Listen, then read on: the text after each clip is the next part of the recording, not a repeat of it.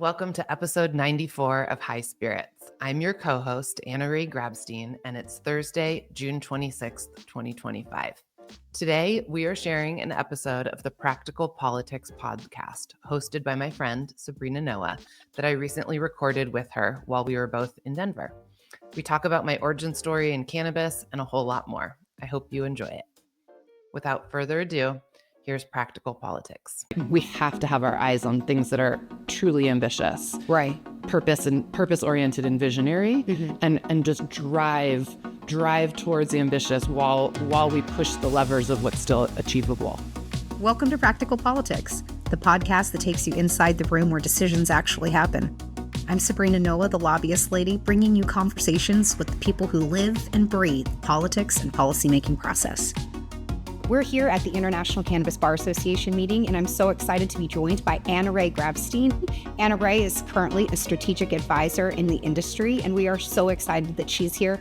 AnnaRae and I have been friends now since, 2013 or 16 when you came back into the industry. Yeah. Longtime leader, huge binder nerd like myself in regulations, and just we're really excited to have her here to talk about her new business, a strategic advisory firm. I'm the founder and CEO of Wolfmeyer, and we are a strategic advisory firm. I work with cannabis operators and ancillary businesses who are working across the cannabis supply chain in various ways. We solve big problems and create growth to help companies accelerate from where they are, and also to do transformation work to fix big problems to be driving towards profitability. And my origin story in cannabis is really, it goes deep. I grew up in San Francisco. I got my first job at a coffee shop at the corner of 18th and Castro when I was 15 years old. And that was 1996. Okay. And 1996 was the year that Prop 215 was on the ballot. Yeah. And Prop 215 really was birthed out of the gay AIDS crisis that was centered in the Castro. And that was where I happened to be working. Front and center. And while I wasn't old enough to vote, this was long before social media. And when people were organizing, they were organizing on the streets, and coffee shops were the center of all of that. And so I was working behind the espresso machine, but I was witness to an incredible social movement that was at my fingertips. And so I wouldn't say that I became an activist. I was really more a witness. But it planted a seed that I didn't even realize was a seed that was in me that really became activated many years later, in 2004, when I finished up at UC Santa Cruz, and was trying to figure out what my next thing that I was going to do after college was. And a friend invited me to come and participate in Harvest in Mendocino at a Prop 215 farm. And I met friends that fall that became my chosen family, like my community, truly. Can you describe what a Prop 215 farm and a harvest looks like? Just for... Totally. Good question. So Willits, California, small rural community in Mendocino County.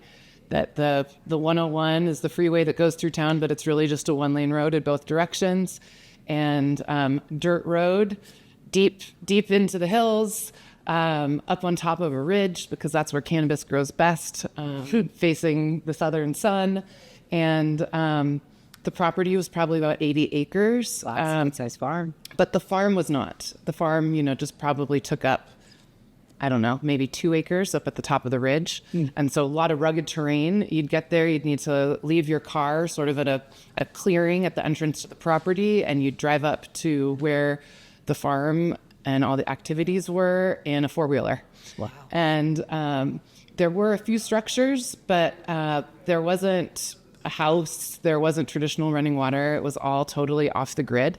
So you were camping this entire time? You camped the whole time, and there were about 40 people that were there for Harvest, and most of them were trimmers. Wow. And there was probably about 3 to 4 people that had worked on the farm and whose farm it was, that had been there throughout the whole growing cycle. But come October, when it's time to harvest all the plants, they'd bring all of these trimmers up, and all the trimmers would have a tent, and they would set up a camp, and nobody would leave the mountain. And everyone would spend all day trimming, and the trimmers were getting paid $200 a pound cash. Wow. And you could probably trim, if you were a really bad trimmer, you could trim a pound a day, but the good trimmers could trim up to 4 pounds a day. So it was pretty sweet, tax-free cash. Yeah. I actually was invited to be what they called the trim mom because I grew up in the hospitality industry. My family owned a restaurant, and all through college, I was always really into cooking. And so my friend who invited me to the farm said, you were really great at cooking. This farm I'm going to go be a trimmer at is looking for someone to cook for the trimmers and to be the supply person that is the only one that leaves the mountain. Yeah. And wow. And they'll give you $10,000 of cash at 6 weeks camping. And I was fresh out of college and didn't have a job yet and thought, that sounds fun. Summer camp for weed trimmers. Yeah, but why not? And I didn't really realize that it would change the trajectory of my life and my career, but it seemed like a great thing to do while I tried to figure out the rest of my life. Yeah. And so I went up there and I did all the cooking for all the trimmers, and I was the one that left the mountain and went to get supplies. You grew up in San Francisco. You see the movement at the beginning from the Castro district. You have this really organic, almost summer camp experience. How do you turn that into an MBA and be a fabulous businesswoman? Yeah. So I grew up with a mom who was a bookkeeper, and she had an innate sense of just business all the time, of like creating form and function within chaos. That was her role with her clients. And I think that she gave that to me in terms of the way that she raised me. And so when I started to get exposed to cannabis, I started paying attention of like, what is going on? There's a lot of cash. It seems like everyone is doing so well, but nobody seems to be paying attention to anything. Nobody's bills are getting paid. Yeah. Yeah. And so I realized that there was this massive opportunity. The entrepreneur in me was like, wow, people are doing really well, but nobody seems to know what the heck is going on. And I was very early in my own development. Like I said, I was fresh out of college trying to figure out what I wanted to do. And so I ended up leaving the mountain and I got a job in workforce development working for a nonprofit. And I very quickly realized that nonprofits weren't for me. And at the same time, I had this new established community of cannabis cultivation and people that were cultivating all over the Bay Area from my experience in Mendocino. And I was just staying loosely engaged with those friends. And through all of that, I was like, wow, there is something happening here. There is more business happening in cannabis, and I really wanted to explore that some more. And so I decided that I wanted to go to grad school for business, and I wanted to be able to bring business acumen to cannabis. And so I went on this little journey of trying to figure out what that would look like. And while I was doing that, I was trying to talk to people that were doing more than grow within the cannabis space. And that landed me. I moved to Oakland because I decided I was going to go to grad school in San Francisco, and just was doing all the networking that I could within the cannabis advocacy community, within the businesses that existed. At that time, the growers were deep in the shadows. So it wasn't like there were brands like there are now, but the businesses that were out of the shadows were the dispensaries. And it was still very clandestine in terms of the structure of which they all operated in, because there wasn't a regulatory framework. It was this very loose Prop 215 time. Model. I just made sure that I understood what was happening in that space.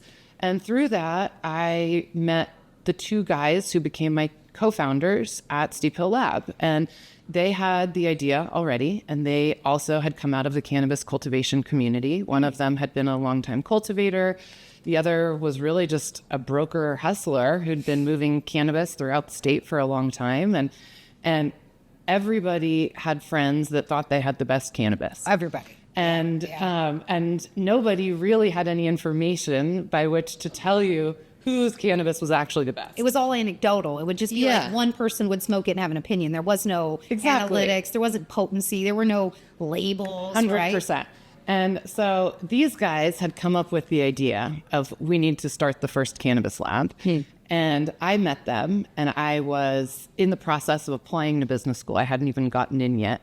But they immediately identified in me that I was the business mind of the three of us. One of them was the science guy. The other one was more the sales guy. And all of a sudden they found me, and I was the business mind.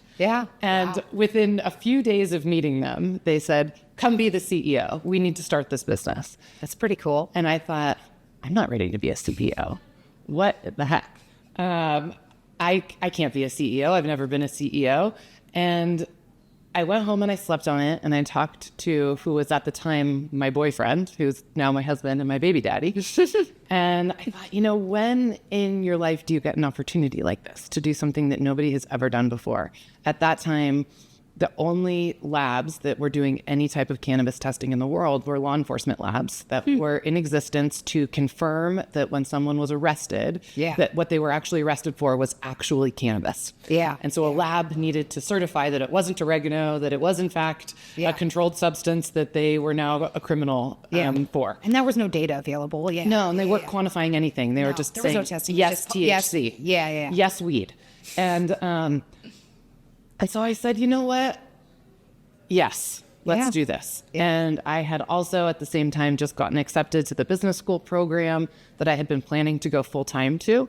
And I called them up and I said, hey, any way that I can go part time for year one, I need to start a business. Yeah. And they said, sure, no problem. Really? And that's pretty cool. There was already a part-time MBA program, but I just hadn't applied for that one. I had applied for the full-time program and they said, sure. Only in cannabis, right? Yeah. You go from being coffee shop to trimmer to CEO part-time grad student. Yes. Wow. And so I took that first year of really incubating the business and utilizing all the tools that were at my disposal while I was in grad school. Yeah. And I had my mom, who was this incredible career bookkeeper, who showed me how to set up QuickBooks and taught me how to be a bookkeeper so that I could set up the first books for the business and learn how to do payroll and all of the basic things that you do. And we had access to zero capital. I mean, we raised $84,000 to start the business, all from friends and family. And that is an incredible feat to start an analytical lab with that. What did you spend that money on? Do you remember? Yeah, absolutely. I mean, it was to secure the lease on the space, to put the down payment on the scientific equipment that we also leased. And that's basically it. Yeah. And that's all you need. The rest you figured out. Just straight up sweat and hustle to open our first accounts. And the space that we rented to start Steep Hill was right across the street from Harborside Health Center. Mm-hmm. And very quickly, we formed a partnership with Harborside and with Steve D'Angelo to test every single product that was coming through Harborside, which was an incredibly important on-ramp for us to have enough variety and diversity of cannabis to actually create valid scientific methods. Because even if we knew a lot of people, we needed tons of different cannabis to be able to make sure that the scientific methodology was correct. Interesting. And so Harborside had more cannabis coming through its doors and more growers than really anywhere in the world. If you ever went to the buyer's waiting room at Harborside in those years, around 2009, at any given day, you'd probably have 50 different growers with duffel bags coming through that room to show their cannabis to the buyers. And at that time, all of the cannabis that was coming to dispensaries was coming in turkey bags. It wasn't in final form product. It was deli style, right? Yeah. And so they would bring cannabis in and then they would hold it and give us a sample of it. Yeah. And we would test it, give them the test results, and then they would put it out onto the dispensary floor. The original quarantine hold for testing. And to set the stage, Harborside legacy, other than the Berkeley Patient Group, I'm not aware of a more historic and important dispensary retail operator. Yeah, I agree with that. Continuously operating. Steve D'Angelo, father, of California cannabis legalization and advocacy, right? But that's really cool. I mean, the image you gave there of, prior to this regulated model and talking about how far we've come, right? Got these guys coming in with duffel bags. You're putting it in, I'm assuming, a locked cage, taking a sample. Then they take that duffel bag, put it out on the floor in deli. I mean, talk about compared to where we are today. Oh, yeah. Astronomically. What a great, I can imagine, how does it feel to walk into dispensaries these days? Honestly. Yeah. I give us a lot of credit for being the early movers that introduced potency testing for the first time.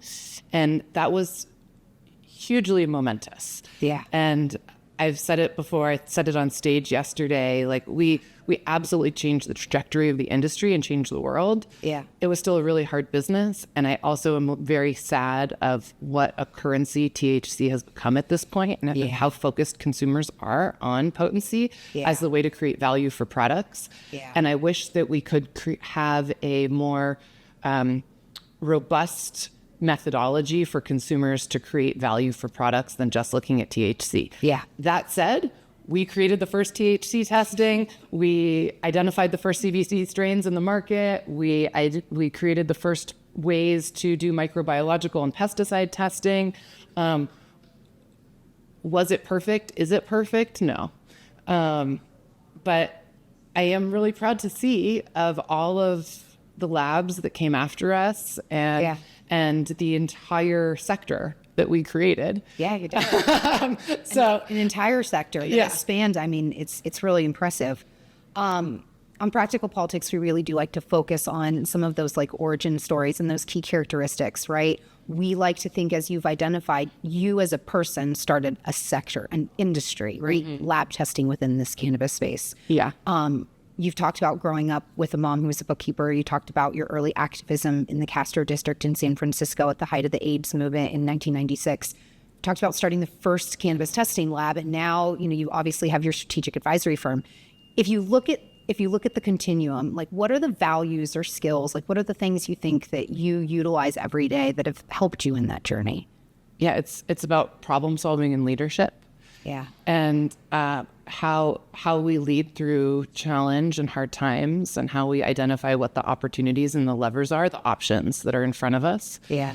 I really look at making sure that I'm accepting the reality of the market and the environment, be it the legislative environment, the regulatory environment, the market environment, getting out of denial about what the hopes and dreams are of what we aspire to be, and figuring out how to make things manageable right in front, while still walking this line between ambitious and achievable. Just setting our sights on things that are achievable isn't good enough. Like we have to have our eyes on things that are truly ambitious, right? Purpose oriented and visionary, and just drive towards the ambitious while we push the levers of what's still achievable. Every day. And what I learned at Steep Hill, the biggest lessons for myself there was that I didn't know how to be a CEO yet. Yeah. And that I didn't have a mentor that showed me the way, and I hadn't worked under a leader that had given me the tools that I could take and model when I became a leader myself. Mm-hmm. Because I was willing to raise my hand and do something that nobody had ever done before, and enter a space that was brand new, I put myself in a leadership position before I was really ready to be a leader. And that meant that when I decided to move on from that role, that was my number one priority, was to figure out how to bolster my own leadership, to find a CEO that could mentor me and show me how to fill in the holes that I found myself facing when I was in a leadership role.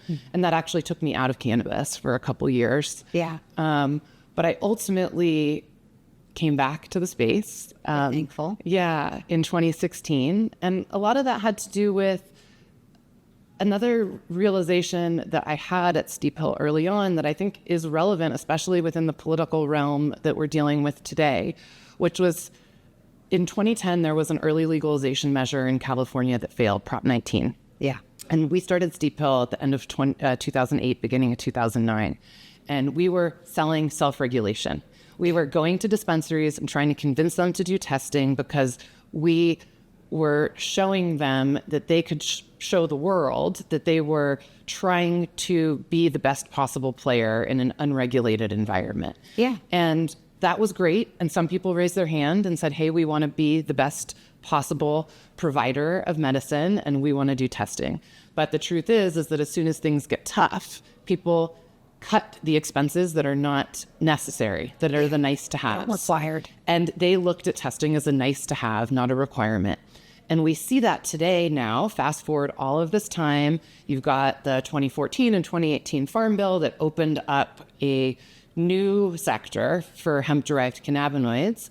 And there is not a lot of regulation yet in most markets where hemp is commercialized. More and more, we're starting to see state-level kind of patchwork of certain types of regulations, but largely looking at the federal landscape, no regulations specifically for hemp. And the hemp industry is doing its best to try to create a narrative about how they're great players and how they deserve to be there, for better or for worse, like kind of wherever you fall on that. And there is this underlying narrative about self-regulation. And I appreciate it. I appreciate that they're saying, hey, we're creating this manifesto of, if you are a good operator, these are the things that you do. And if you join this certain trade association, you are pledging that you're going to be doing all of these things. And this is self-regulation at work. See, it works. Look how great we are. And I totally get why they're doing it. And I also have a healthy level of skepticism from real life experience. We've been there before. That's saying that actually when things are getting tough, and they're tough right now, look at what's happening in Texas. Companies who are at fear for their livelihood because they might be shut down due to new prohibitions, I'm sure are saying, well, is that last COA good enough for us just to use again? Right. Because I don't know if I really want to spend $1,200 on a test right now. Right. When all this inventory might get embargoed because of a potential legislative change that's going to shut down this whole state opportunity. Yeah. That is when self-regulation starts to crumble. Yeah. And it's the reason why regulation is so important. Right. So anyway, that's kind of the fast forward of like the lesson from then to the lesson from now. In between, there's lots of other lessons that have been learned for sure. But this is definitely a lens that I wear. And it's interesting, over the years, I've had a lot of people talk to me about lab testing, and even like private equity has been really interested in lab testing because it is something that private equity understands. There should be stable, should be they invest in pharmaceutical labs or in blood testing labs, and they're like, oh, maybe this is a safe way for us to get into cannabis. And so I've done some discovery calls with private equity over the years, and in the end, there was a really good reason for me early on to be excited about lab testing. Ultimately, is that an area that I think is still very interesting? Absolutely not. I think it's very transactional. Yeah. It was really sexy back in the day. We were doing something that nobody had ever done before. Holding accountability. Yeah, and we were creating new knowledge that nobody had. Now it's a marketing tactic. Yeah, and now it's a transaction. There isn't a lot of differentiation between labs, and there's a lot of challenges ultimately because of this misplaced value on high potency products. And so brands have this terrible incentive to be working with labs that will inflate results. And it's a very unfortunate where the lab testing world has gone, which is ultimately why when I came back to cannabis, that wasn't an area that I wanted to stick in.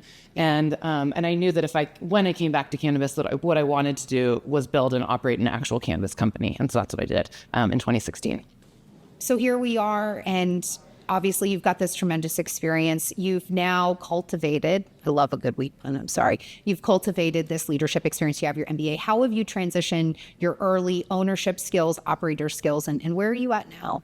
Yeah, so when I left NorCal Cannabis at the end of 2021, I was really excited about all of the different states that were emerging with new legal programs. And I explored actually moving to New York State and starting a company there because I was excited about the MRTA and what had happened. But at the time, it wasn't really clear how it was going to be commercialized and what the licensing process was. There was no regulatory rollout at that point.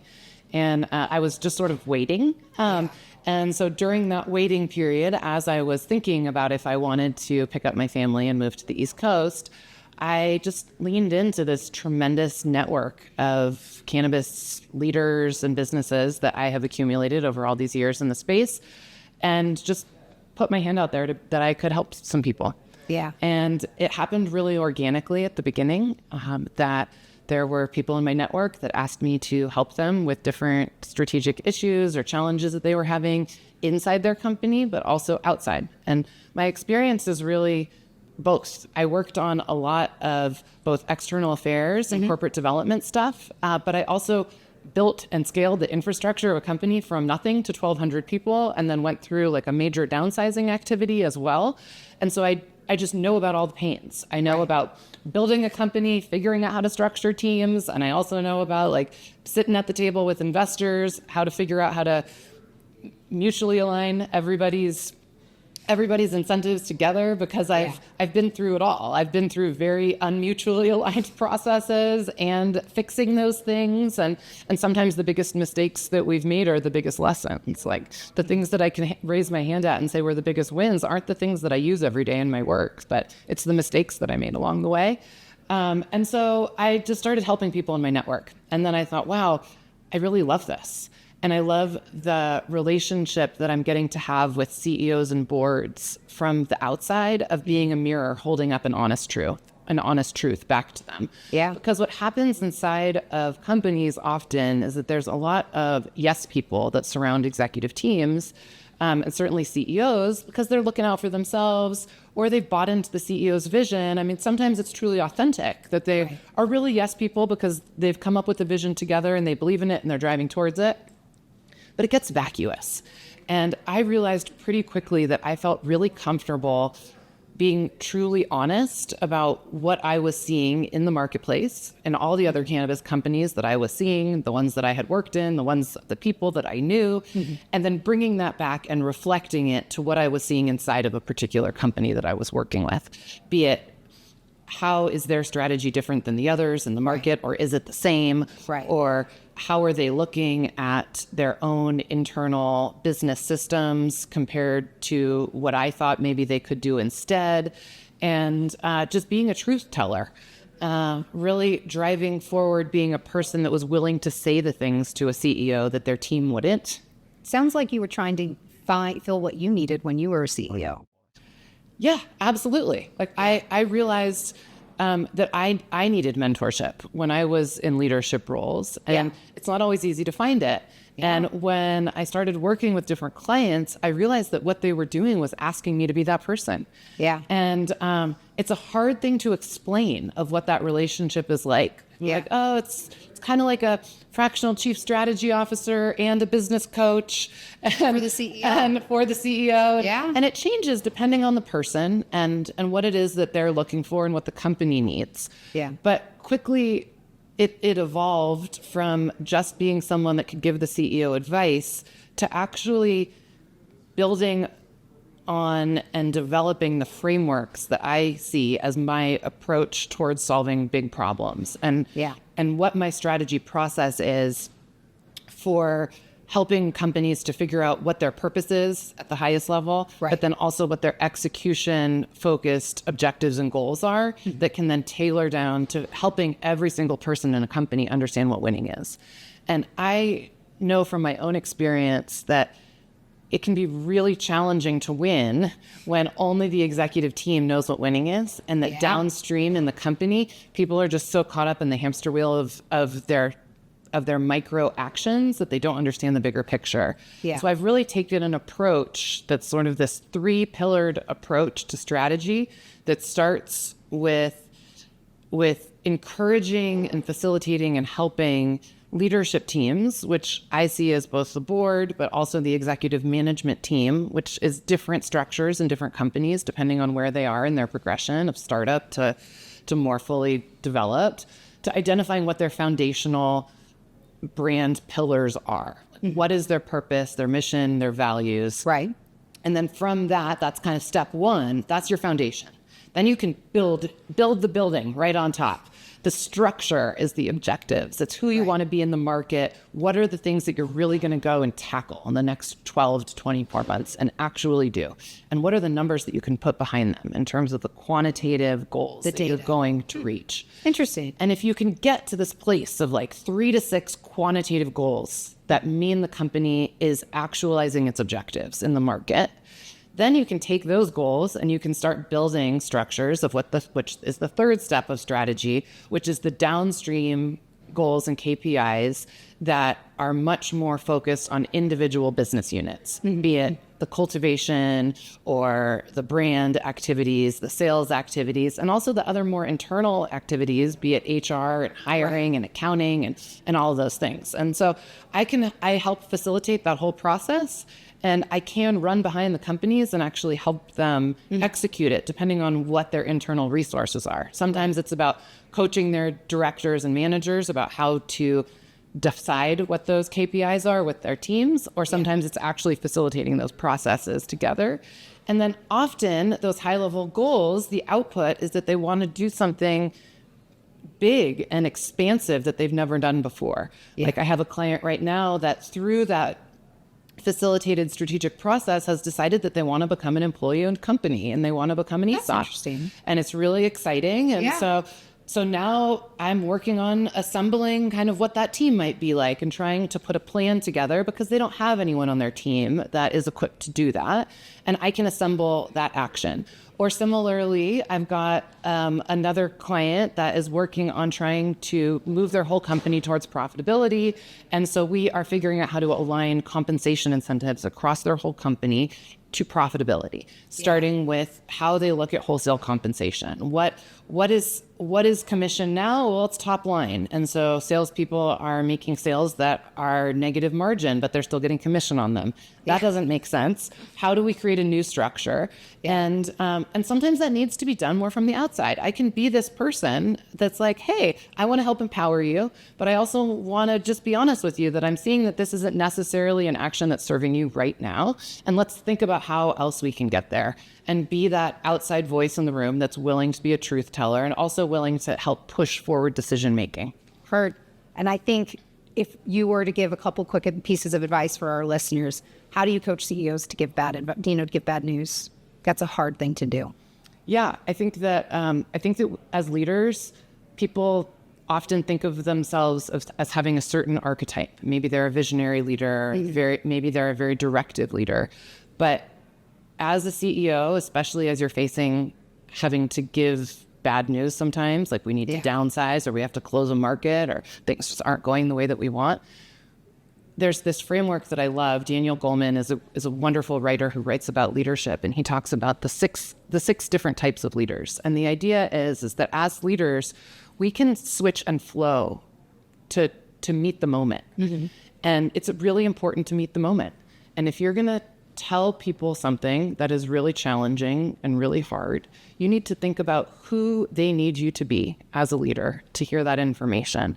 And that might mean that you have to put on a different hat. Of go outside of your regular repertoire, which might be highly collaborative.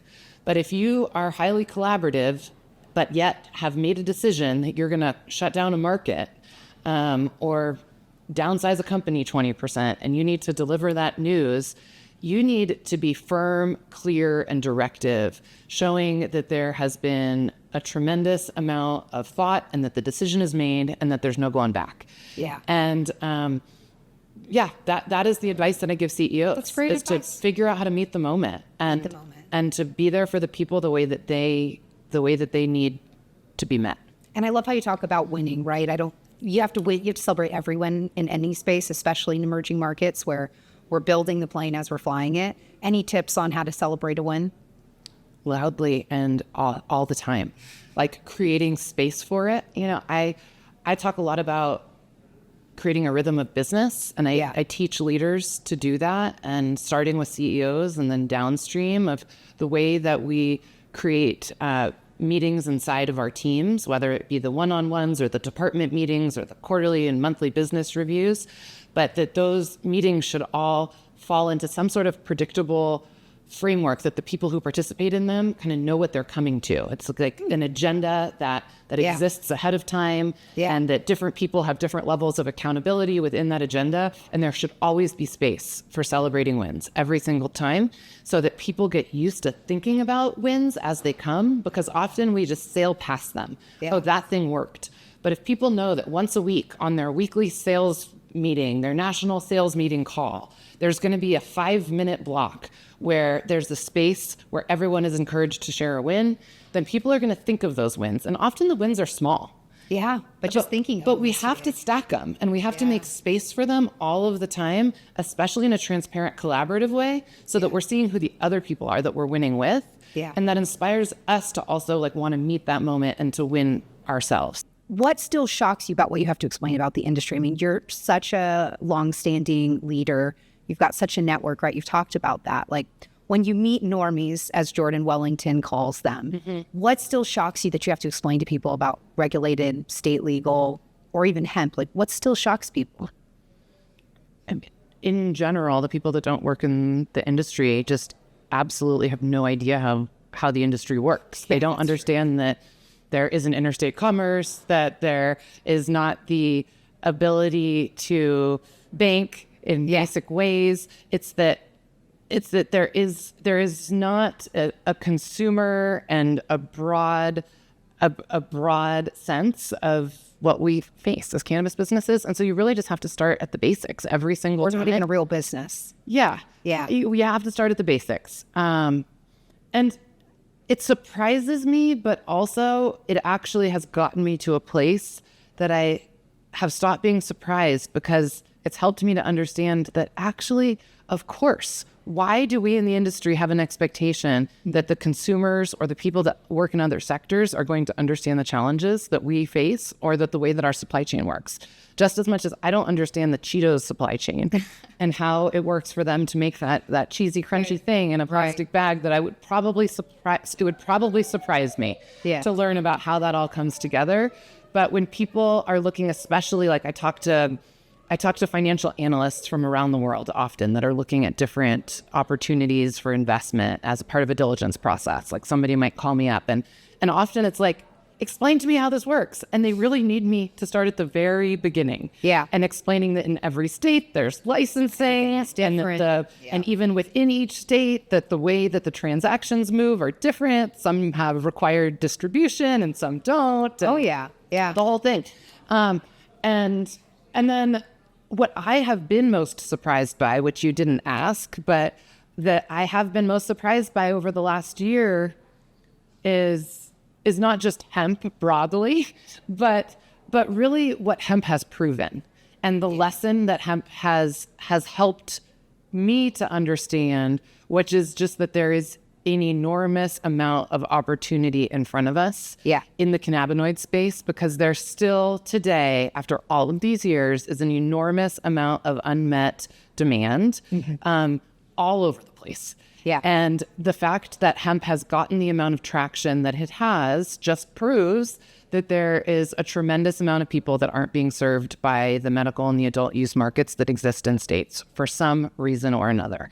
Be it that the channel isn't the right fit, they don't want to go to a dispensary, there isn't a dispensary, whatever it is, there's a huge amount of excitement around trying these products. And that keeps me really excited about the future. Yeah. And resolute to keep solving the biggest problems and to building businesses that are imbued with a sense of purpose and leadership, truly like building to long-term sustainable success in the industry.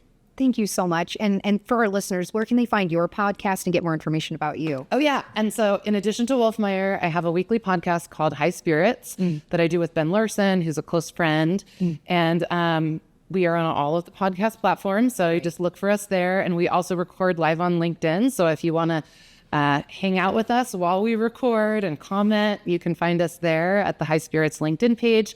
I'm extremely easy to find on LinkedIn. That's the easiest place. You can message me if you want to get to know me.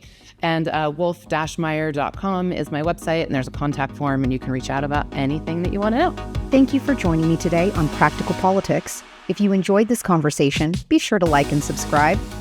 I'm Sabrina, your lobbyist lady, reminding you that every policy has a person behind it. Thanks for listening.